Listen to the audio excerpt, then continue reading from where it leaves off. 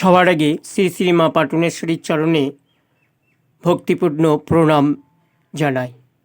শুধু ভক্ত জ্ঞানীগুণী সাধারণ অসাধারণ ভদ্রগুণীজন প্রণাম নমস্কার ও আন্তরিক অভিনন্দন। শ্রী শ্রী মা পাটনেশ্বরীর আবির্ভাব সারা পৃথিবীর ইতিহাসে ধর্মগ্রন্থে এক নতুন সৃষ্টি। মহাতীর্থ শ্রী শ্রী মা পাটনেশ্বরী পীঠস্থান, চাঁদপুর মাঠ, পাটন বিলধার, গোসাইতলা। আজ দ্বিতীয় পর্ব।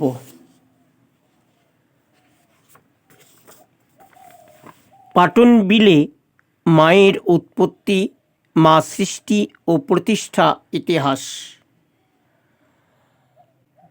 বাংলা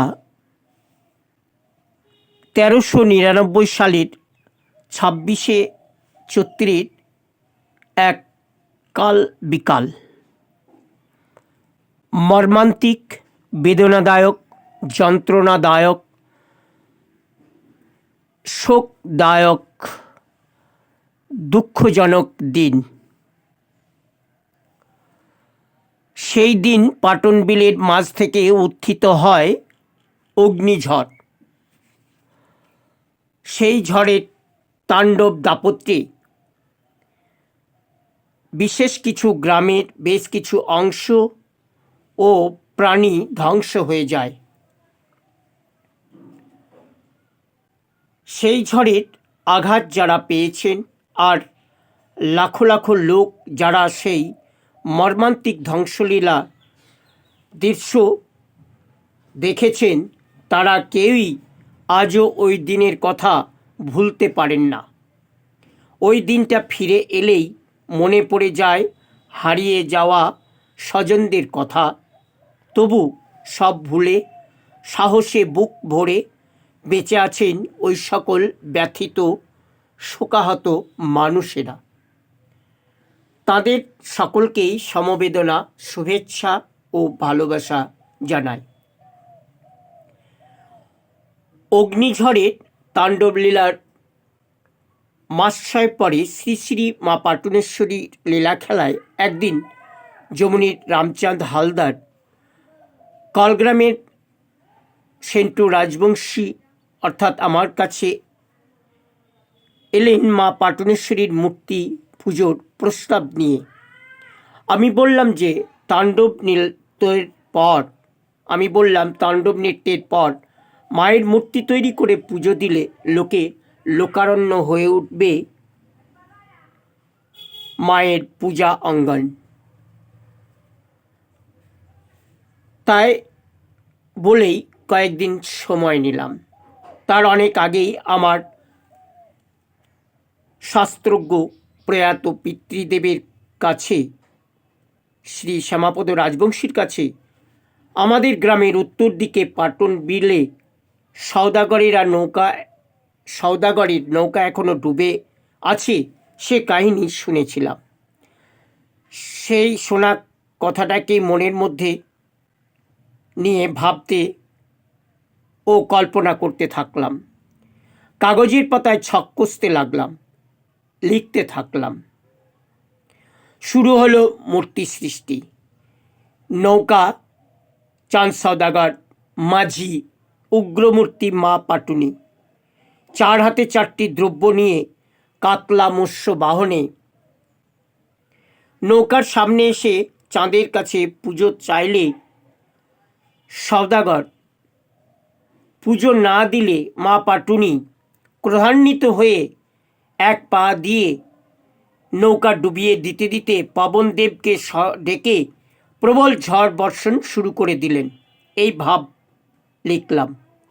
মায়ের 4 হাতে শঙ্খ, সর্প, ত্রিশূল ও পদ্ম আশীর্বাদ দিয়ে সাজায়ে পাঠাবলি ছাড়ায় দোল পূর্ণিমা থেকে পুজো শুরু হবে ইত্যাদি সহ একটি প্রচার প্রোগ্রাম লিখে যমুনী থেকে রামচাঁদ হালদারকে ডেকে পাঠিয়ে সব কিছু বুঝিয়ে যুক্তি পরামর্শ দিয়ে লেখা দুটি ওনার হাতে দিলাম।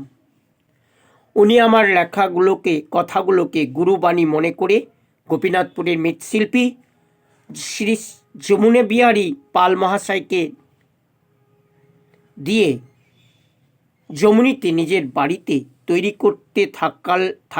তৈরি করাতে থাকলেন শ্রী শ্রী মা পাটুনেশ্বরী দেবী। আর ওদিকে রামচাঁদ হালদার হ্যান্ডবিল ছাপিয়ে এনে কলগ্রামের করিদাস কনক কোনায়, যমুনির অমর হালদার, প্রয়াত জগন্নাথ হালদার সহ আরও দু একজনকে সঙ্গে করে মায়ের নামের ভিক্ষার ঝুলি নিয়ে অক্লান্ত পরিশ্রম করে গ্রামান্তর হতে চাল, ডাল, অর্থ, আলু, বাঁশ ইত্যাদি সাহায্য নিয়ে আসার পর আমরা সকলে মিলে বিলধারে গোসাইয়ের তলাতে বাঁশ ত্রিপলে তৈরি মন্দিরে অনেক আগে তৈরি পুরনো বেদিতে মাকে পশ্চিম মুখ করে বসিয়ে বাংলা 1400 সালের 13ই চৈত্র দোল পূর্ণিমার দিন হতে 7 দিনের জন্য শুরু করলাম সারা পৃথিবীর শাস্ত্রে এক নতুন দেবী শ্রী শ্রী মা পাটুনেশ্বরীর মহাপূজা ও মহামেলা। পূজা উৎসর্গ করা হলো শ্রী শ্রী রামচাঁদ হালদারের নামে। রামচাঁদের হাতে পুজো নিয়ে মা ধরাতে প্রতিষ্ঠিত হলেন। প্রথম কয় বছর মা অশান্ত ছিলেন। পুজোতে প্রচণ্ড ঝড় জল হয়েছে। ঝড় জল উপেক্ষা করেও অগণিত ভক্ত পুণ্যার্থীগণ এসেছেন। প্যান্ডেল সহ দু বছরে মা মুখ থুবড়ে পড়েছেন। পরে কলগ্রামের পণ্ডিত সন্তোষ কুমার রায় মহাশয়ের কাছে বিধি নির্দেশ নিয়ে পূর্ণিমার রাতে কালী মায়ের পুজো, পরে মা পাটুনেশ্বরীর শান্তমূর্তি করে দক্ষিণমুখী করে বসিয়ে পুজো শুরু হলে অগণিত ভক্তে দর্শনের জন্যই মহাপূজা ও মহামেলা 10 দিনের করা হয়। প্রচুর শিল্পী, দর্শক, শ্রোতা, প্রচুর ব্যবসাদার, ক্রেতা, হাজার হাজার ভক্ত, পুণ্যার্থী, পুজোর ঢাকি, পুরোহিত, প্যান্ডেল, জেনারেটর, মাইক সব মিলিয়ে মায়ের অঙ্গন হয়ে ওঠে আনন্দময় উৎসব মুখর। আজও চতুর্দিকে গ্রামের মানুষের মুক্ত মনের, মুক্ত দানের সাহায্য, সহযোগিতা ও ভালোবাসার ফলেই মায়ের মহাপূজা ও মহামেলা হয়ে চলেছে। সকলের সাহায্য, সকলের সহযোগিতা ও ভালোবাসা ছাড়া মায়ের মহাপূজা ও মহামেলা কখনোই সম্ভব নয়। ভক্তজনগণের দেওয়া অর্থ, অন্য সাহায্যই মায়ের পূজার একমাত্র সম্বল।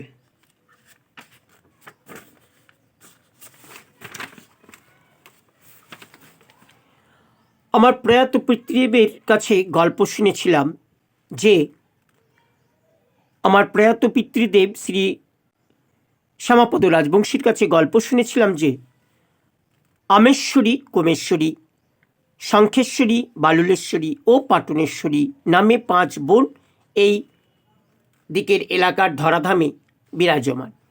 বহু আগে বর্ষারণের প্রবল ধারায় প্লাবিত হয়ে 5 বোন মিলে একাকার হয়ে যেত। কথিত আছে সেই প্রবল জলরাশির উপর দিয়ে নাকি স্বর্ণ নৌকা চড়ে সওদাগররা সওদা করতে যেতেন। সেই নৌকা বাঁধা হতো নবদুর্গা গোলাহাটের তেঁতুল গাছে। সেই তেঁতুল গাছে নৌকা বাঁধার দাগ নাকি এখনও আছে। ওই শোনা গল্প থেকেই মায়ের পুজোর বেশ কয়েক বছর আগে পর 5 বোনকে কাল্পনিক দেখিয়ে কয়পাতার মা পাটুনেশ্বরীর কাহিনী লিখি। তারপর রাধানাথ লাচারির পদ্মপুরাণের 8-9 পাতায় লেখা আছে যে ব্রহ্মার মানসপুত্র দক্ষ প্রজাপতির 11টি কন্যা, কশ্যপের 9 স্ত্রীর মধ্যে দিতি, অদিতি, কদ্রু ও বিনতা, এই 4 জনের নাম দেওয়া আছে। দিতি গর্ভে দৈত্যগণ, অদিতি গর্ভে দেবগণ, কদ্রুর গর্ভে নায়কগণ, বিনতা গর্ভে খগেশ্বর মানে গরুর পক্ষীর জন্ম হয়েছে বলে লেখা আছে। তাই কাল্পনিকভাবে অদিতির গর্ভে দেবংশে মা পাটুনেশ্বরীদের 5 বোনের জন্ম দেখিয়ে মা পাটুনেশ্বরী কাহিনী লিপিবদ্ধ করেছি। পদ্মপুরাণের 223 পাতার ত্রিপদী ছন্দের প্রথম দিকে লেখা আছে যে চাঁদ সওদাগরের 14 ডিঙি মধুকর মা মনসা পবননন্দন দ্বারা কালিদাহের জলে ডুবিয়েছিলেন। সেই সমস্ত নৌকায় আবার মা মনসা ওই পবননন্দন হনুমান দ্বারাই তুলে নিয়েছেন। তাই আমার মনে প্রশ্ন জাগে যে চাঁদের সব নৌকা যদি তুলে দেওয়া হয়ে থাকে, তাহলে আমাদের পাটন বিলের লাডোবা নামক স্থানে অতল তলে কথিত আছে ডুবে আছে যে স্বর্ণ নৌকা, সেই নৌকাটি কার, কোন সওদাগরের? ওই প্রশ্নের উত্তর খুঁজতেই আমি মা পাটুনেশ্বরীর মূর্তি পূজার প্রস্তাব ও প্রস্তাবক রামচাঁদ হালদারকে ডুবে থাকার নৌকার মালিক ধনপতি রামচাঁদ সওদাগর মনে করে কাল্পনিকভাবে কাহিনীটি লিখেছি। কিন্তু মা প্রতিষ্ঠিত হওয়ার পর ভক্তগণ মায়ের মহিমায় যে উপকার পেয়ে চলেছেন, সেগুলো মা পাটুনেশ্বরী মানে তিনি করেছেন এবং করে চলেছেন।